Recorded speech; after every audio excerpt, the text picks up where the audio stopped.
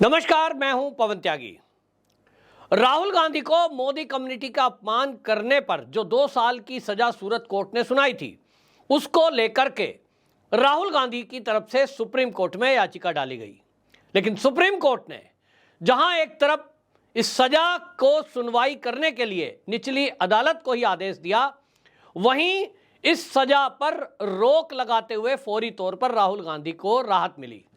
लेकिन इस राहत मिलने के बाद कांग्रेसी ढोल नगाड़े बजाने लगे, कार्यालय में जयकारे लगने लगे। कुछ कांग्रेसी तो ये कहने लगे कि अब तो तूफान आएगा और अब देखिए शेर बब्बर फिर से आएगा। कुल मिलाकर के इसको एक उत्सव के रूप में मनाने लगे और ये कहने लगे कि देखिए मोदी जी ने राहुल गांधी को संसद में जाने से रोकने के लिए एक बड़ा षड्यंत्र किया था, जिस पर सुप्रीम कोर्ट से अब हमको न्याय मिल गया है, लोकतंत्र की जीत हो गई है।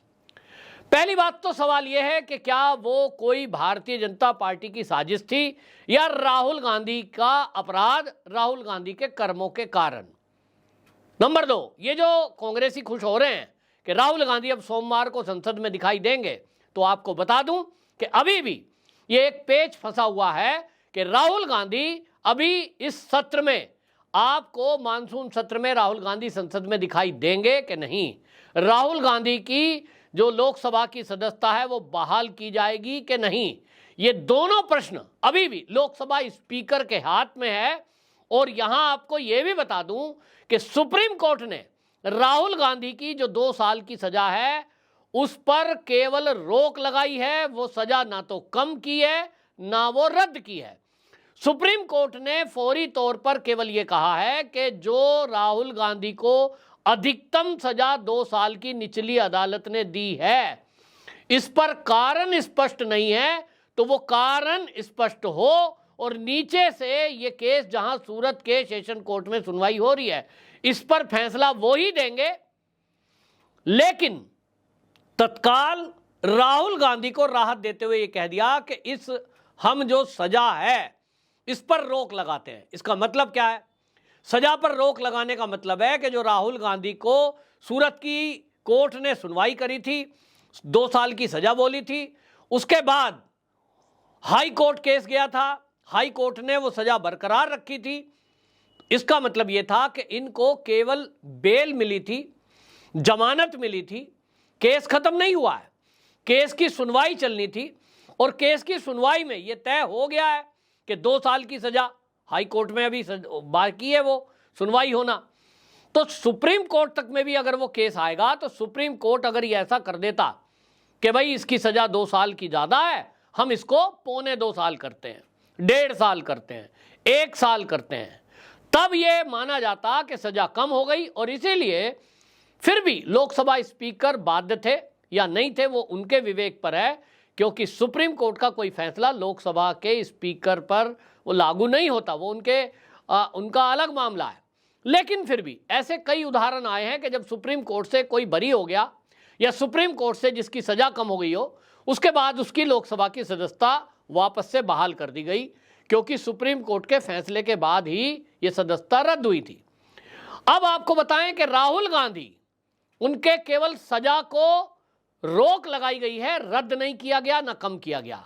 और इस कंडीशन में अधिकतर उम्मीद यह है कि राहुल गांधी अभी भी सांसद नहीं बने हैं और लोकसभा स्पीकर उनकी सदस्यता बहाल करे या ना करे, इसका फैसला वो अपनी एक जो टीम है उनकी, उस टीम में डिस्कशन करने के बाद ही करेंगे। ऐसा उन्होंने, जो कांग्रेस के लीडर है अधीर रंजन चौधरी, जब वो ओम बिरला से मिले, उन्होंने कहा देखिए सुप्रीम कोर्ट का आदेश आ चुका है और अब जो है लोकसभा की सदस्यता राहुल गांधी की बहाल कर दी जाए। उस पर ओम बिरला जो स्पीकर हैं उन्होंने ये कह दिया कि देखिए सुप्रीम कोर्ट का फैसला आने दीजिए, उसके बाद हम अध्ययन करेंगे और तब फैसला करेंगे। अभी तक जो कानून के जानकार हैं उनका कहना यह है कि राहुल गांधी की सदस्यता बहाल नहीं होगी और अभी आपको मानसून सत्र में राहुल गांधी नहीं दिखाई देंगे। वो संसद के अंदर तभी जा सकते हैं जब कोई भी कोर्ट उनकी जो 2 साल की सजा बुली हुई है उसको कम कर दे। तो कम तो हुई नहीं है, सुप्रीम कोर्ट भी कम कर सकता था लेकिन सुप्रीम कोर्ट ने उसको कम नहीं किया। आमतौर पर ऐसा होता है कि निचली अदालत ने जो कोई फैसला दिया है ज्यादा सजा दी है उसको हाई कोर्ट या सुप्रीम कोर्ट कम कर देता है। लेकिन इस मामले में राहुल गांधी की तरफ से जो वकील प्रस्तुत हुए, दूसरी तरफ जो सॉलिसिटर जनरल प्रस्तुत हुए थे, उन्होंने सुप्रीम कोर्ट में भी यह बात बताई कि राहुल गांधी हैबिचुअल इस तरह के अपराधी हैं कि ये बार बार लोगों का अपमान करते हैं और इस तरह से झूठ बोलकर देश के प्रधानमंत्री पर भी राफेल में चोरी हुई है, घोटाला हुआ है, ऐसे आरोप लगाए थे। और एक से अधिक यानी 10 बार ऐसा केस हुआ है, राहुल गांधी के द्वारा लोगों का अपमान किया गया है और ये माफी मांग लेते हैं, फिर से वही अपराध करते हैं। आरएसएस को भी मोदी की हत्या का बताकर इन्होंने आरएसएस की मानहानि का अपराध किया था, उसमें फिर माफी मांग ली और फिर से ऐसा बोल दिया। जब सुप्रीम कोर्ट को यह बताया गया कि ये बार बार ये अपराध करते हैं, इसीलिए सुप्रीम कोर्ट ने कह दिया कि ये मामला निचली अदालत तय करेगी। आपको बता दूं, ऐसे केस में अब जो राहुल गांधी के ऊपर आरोप हैं, मैं पहले भी बता चुका हूं कि राहुल गांधी ये जो है पहली बार नहीं है। 2014 में संघ पर, आरएसएस पर इन्होंने महात्मा गांधी का हत्या का आरोप लगाया था। महाराष्ट्र के भिवंडी में केस चला, अभी भी वो केस फाइनल नहीं है, हालांकि इन्होंने माफी मांग ली तो अब शायद उस पर इनको छूट मिल जाए। 2016 में इन्होंने असम के एक मठ में ये कह दिया था कि आरएसएस के लोगों ने उसमें मंदिर में मुझे जाने नहीं दिया, वहां भी धारा 499 और 500 के तहत मानहानि का केस इनके ऊपर चल रहा है। 2000 में इन्होंने झारखंड के रांची में ये कह दिया था कि मोदी चोर है और इस तरह के इनके ऊपर वहां केस है। 2018 में महाराष्ट्र के मजगांव स्थित शिवंडी कोर्ट में आरएसएस के कार्यकर्ता के द्वारा गौरी लंकेश की हत्या को जब इन्होंने आरएसएस से जोड़ा था, उस टाइम केस दर्ज हुआ था, वो एक केस पेंडिंग है। इसी तरह आपको बता दूं, 2017 में इसी गौरी लंकेश की हत्या को लेकर बेंगलुरु में इन्होंने इस तरह का बयान दिया था, फिर आरएसएस के कार्यकर्ता ने केस किया है। और 2019 में भारतीय जनता पार्टी के जबलपुर के एक अध्यक्ष की हत्या को इन्होंने अमित शाह से जोड़ा था, वो भी अहमदाबाद की कोर्ट में मानहानि का केस चल रहा है।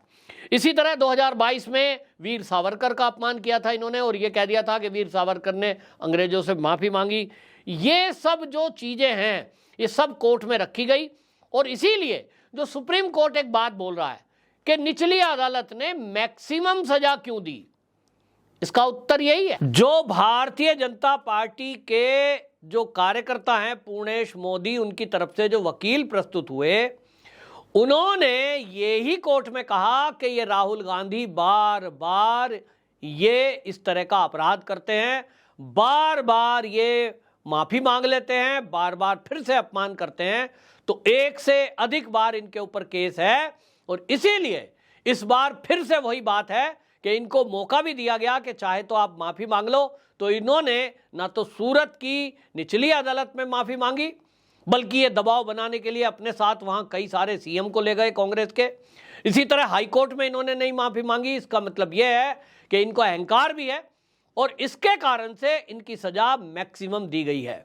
इस पर आपको बता दूं, सुप्रीम कोर्ट ने इनको सजा ना तो कम की, ना तो सजा पर राहत दी, सजा पर रोक लगाई है। सजा पर रोक का मतलब यह होता है जब तक निचली अदालत केस फाइनल नहीं कर देगी तब तक, यानी हाई कोर्ट में जो अपील की गई है इनकी तरफ से, वो जो हाई कोर्ट की अपील है वहां जो पूरा फाइनल नहीं जब तक हो जाता केस की सुनवाई का, तब तक राहुल गांधी की सदस्यता बहाल हो पाएगी, इस पर आशंका है। एक बात आपको और बताता हूं कि ये जो कांग्रेसी हैं ये बार बार इस बात पर भारतीय जनता पार्टी को कोस रहे हैं। ये कह रहे हैं कि देखिए जयराम रमेश क्या कह रहे हैं।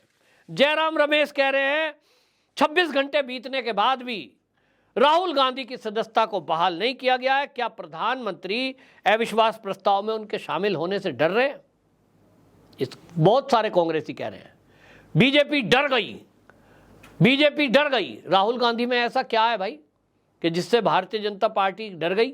मोदी जी डर गए। मतलब राहुल गांधी के संसद में आने से क्या हो जाएगा? राहुल गांधी इससे पहले भी जब संसद में आए हैं तो उन्होंने कहीं आंख मार दी, कहीं प्रधानमंत्री के गले पड़ गए, कहीं बेहुदा बातें कर दी, तो उससे तो लोगों को हंसी मजाक का मौका मिलता है। ऐसा कोई बात तो वो करते नहीं है जिससे भारतीय जनता पार्टी की बड़ी वोट कट गई भाई। इन्होंने बड़ा एक ऐसा नैरेटिव चला दिया संसद में राहुल गांधी ने कि उस भाषण के बाद देश के अंदर भारतीय जनता पार्टी को तो वोट देने वाले लोग कम हो गए। ऐसा है कहीं? राहुल गांधी का एक भी कोई ऐसा भाषण है जिससे बीजेपी का बहुत नुकसान हुआ हो? बीजेपी का तो फायदा ही करते हैं ये, तो इसलिए डरने वाली बात नहीं। दूसरी बात, ये जो कांग्रेसी बार बार ये कह रहे हैं, जैसे ही फैसला आया, मोदी जी ने जो भारतीय जनता पार्टी ने राहुल गांधी के खिलाफ षड्यंत्र रचा था, देखिए उस षड्यंत्र फेल हो गया, सुप्रीम कोर्ट ने हमें राहत दे दी। भैया, राहुल गांधी को क्या भाजपा के किसी कार्यकर्ता ने कहा था कि आप मोदी कम्युनिटी को गाली दे दो?